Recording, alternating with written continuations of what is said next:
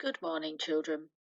This week we're going to be looking at writing a comparison, comparing the River Thames, it's a famous river in the UK, with the River Amazon. So we're going to look at each of the rivers in turn and we're going to look at the structure of that text, and then there'll be a chance for you to do some writing. What you will need to have with you today and each day this week is some paper and a pencil. So if you haven't got those, pause the video and go and get them now. Okay, so let's start off by reminding ourselves what rivers are. Now you can see I've written a short paragraph here to say what rivers are, and you'll notice that there are some words that I have made bold and italic, and that's because they are the important technical words that we use when we're describing rivers. So you can either pause the video and read this for yourself, or you can read it with me. Okay, it says, what are rivers? Rivers are a large natural stream of water running in a channel that flows from relatively high ground and over sometimes quite long distances until eventually reaching larger bodies of water such as a sea or an ocean. They grow from tiny springs or streams in mountain regions, gather volume as further streams, known as tributaries, join to form larger rivers. Often, the source of a river, where it starts, is disputed because many springs or streams feed into one river. Across the world, there are some very famous rivers, such as the Amazon or the Yangtze, but there are also more locally known rivers specific to each country. Rivers, with their capacity to move goods and people around quickly in times gone by, are the places where large cities, and sometimes even capital cities, are established. The mouth, where the river flows into the ocean, can sometimes form a delta. This is where the river gradually spreads out like fingers or roots dropping silt across the land as it reaches the sea. A river mouth can also form an estuary. This is where the river and oceans meet and make a mixture of fresh water from the river and salt water from the sea. This is known as brackish. Brackish water brings its own plants and animals, and so estuaries are often places where people spend time looking at these creatures. The area of land that drains to provide water for a river is known as the river basin. This can be millions of square kilometres in the case of the world's largest rivers. Okay, so here are some of the definitions for the places, the parts of the river that you're going to need to use when you're describing your own river. Now, I noticed when I was reading this that there is a mistake. Let's go back and find it. I've got a bracket there, but my parenthesis is commas there. Look, can you see it's commas there? Okay, fix that.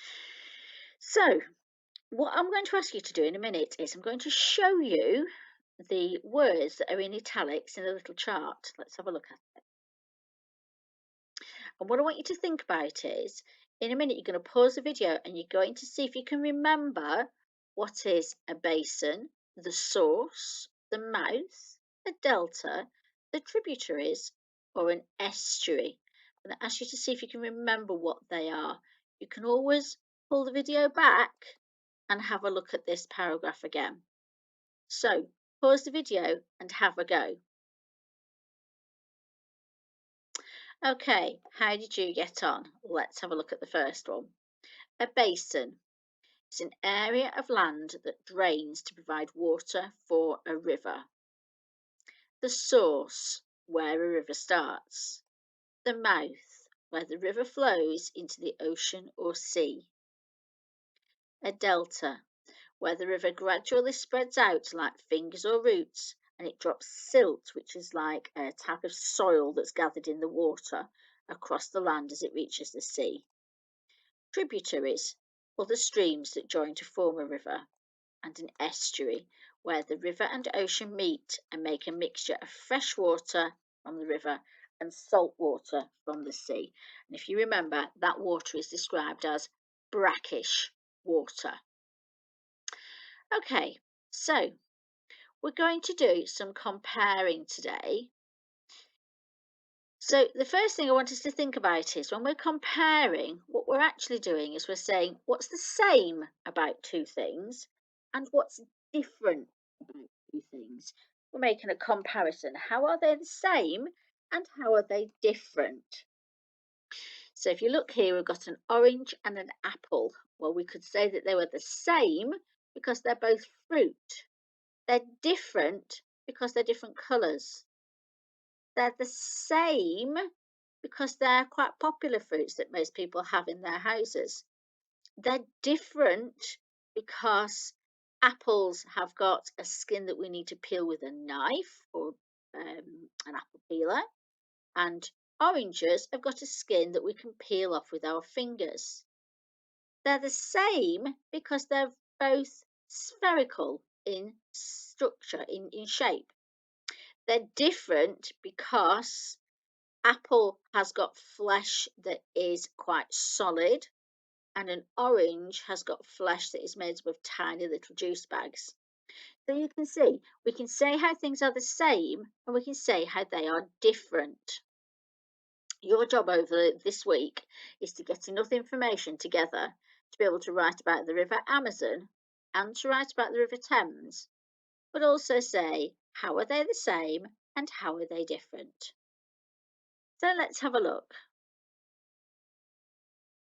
When we're comparing the two rivers, here you can see a picture of the River Amazon snaking through the Amazon rainforest, and here's a close-up of the Amazon. And here you can see a picture of the River Thames snaking through the City of London. Already we can see that the shape is quite similar, but what's on the banks of the river is very different. When you're describing the river and you're talking about the rivers, you'll need to use things like you'll need to know information about where does what river, what ocean or sea does the river flow into, the mouth of the river. Where does the river start? How long is it? What country does it go through? Are there any landmarks near to the river? What are its tributaries? Does it pass any cities? What is the river used for? And what might the wildlife be like? So there's quite a few facts to be thinking about when we're doing our research about the two rivers. Now, I would suggest you get ready to take notes, and you might want to just jot down these important words that describe parts of a river, the technical parts of the river. But you also might want to jot down these words as well, like the length and the landmarks and the cities and the countries, because when we're finding out about the rivers, those are the notes you're going to have to make. Okay, so we're going to have a look at some information about the River Amazon. And your job is to jot down anything that you think you might use when you come to describe the Amazon later in the week. Let's get started. Okay, so we can see that the Amazon forms part of the Amazon rainforest. It's one of the major water sources in the Amazon rainforest.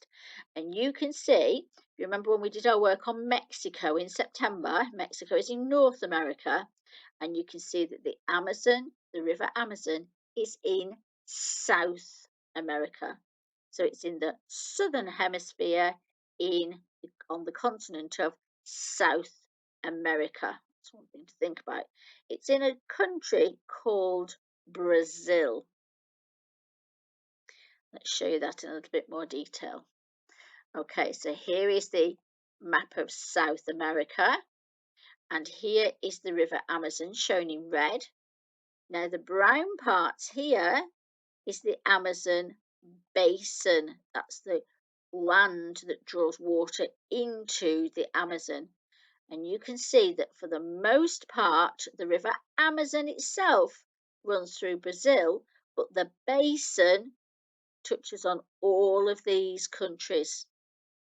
You can also see that the River Amazon flows, the mouth of the Amazon flows into the Atlantic Ocean. Something to remember. Let's have a look in a little bit more detail. You see the countries that the Amazon basin is in. So the Amazon is mainly in Brazil, but it starts in a country called Peru. You see it start here in a country called Peru. The basin is in Bolivia, Ecuador, Colombia, a little part of just touching into Venezuela on its way down to the coast. Okay.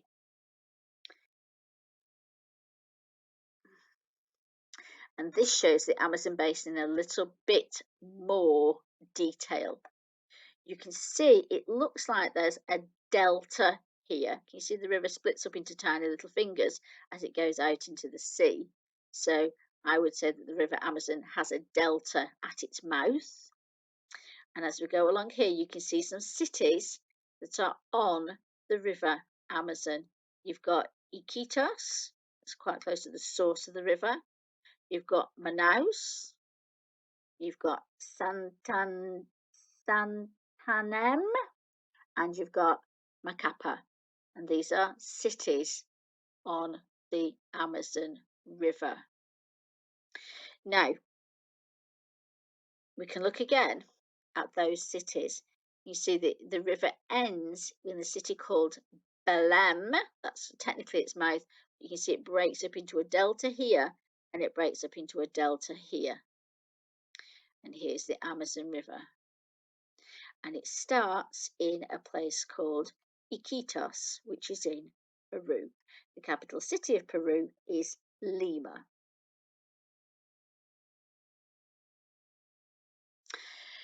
Okay, so this is a little definition that I took from Wikipedia. It says the Amazon River is in South America and it's the largest river by discharge volume of water in the world. It means that no other river in the world puts more water into the ocean than the Amazon. It puts the most amount of water into the ocean.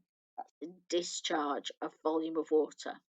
And by most accepted definitions, it is the second longest river in the world after the Nile. So the River Nile is generally considered to be the longest river in the world, and the Amazon is considered to be the second longest river in the world.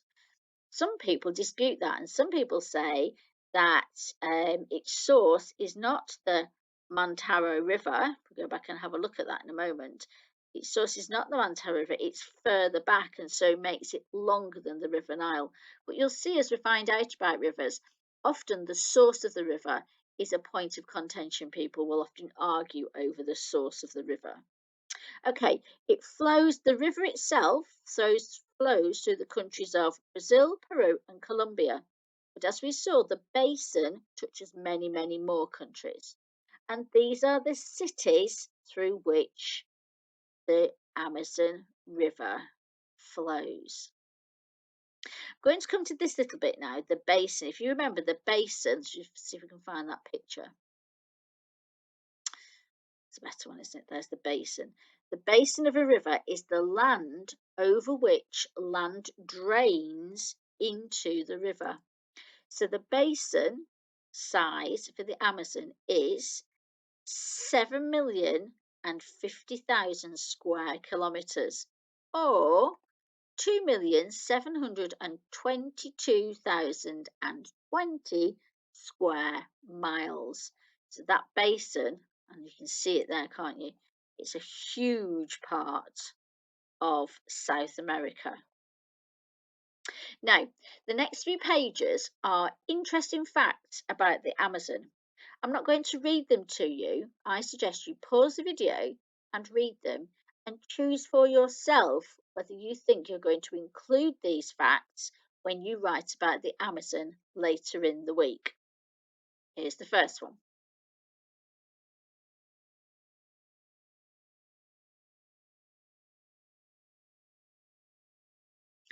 Here's the next one.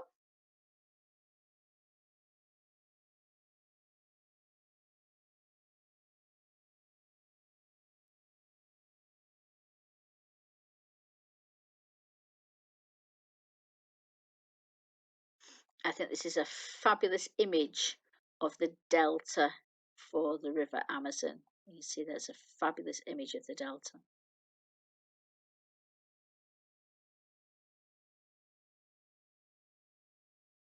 This is an interesting piece of information. So, what it's basically saying is that the river used to flow this way out into the Pacific Ocean.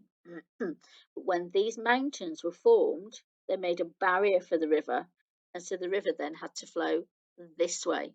So, originally, all that water that was draining flowed out into the Pacific Ocean. And when these mountains were formed 15 million years ago, these are the Andes, and when they were formed 15 million years ago, it made a barrier and the water then had to flow to the Atlantic Ocean.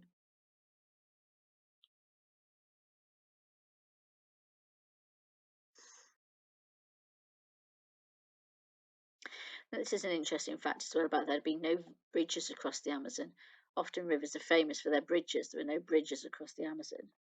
And this shows that there's the River Amazon flowing, but deep underground there's another river called the Rio Hamza, the River Hamza, and that flows underground in the same direction as the Amazon. Quite an interesting fact.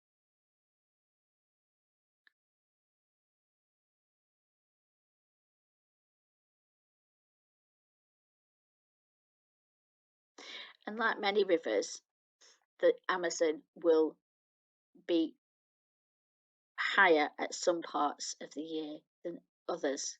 We know the River Nile floods, that's why the ancient Egyptians used the Nile and they called ancient Egypt the gift of the Nile, didn't they? Because the flood put all that silt onto the ground and made the ground really fertile. So the River Amazon also has a seasonal flooding, and that can sometimes be as much as 15 meters. That means it's 50 meters higher when it's flooded than when it's not flooded. Okay, so I'm hoping that you've been able to jot down some really interesting facts about the River Amazon. And don't forget that when you are writing your report, you can always come back to this video and double check if you need any more facts. Tomorrow, we're going to have a look at the River Thames.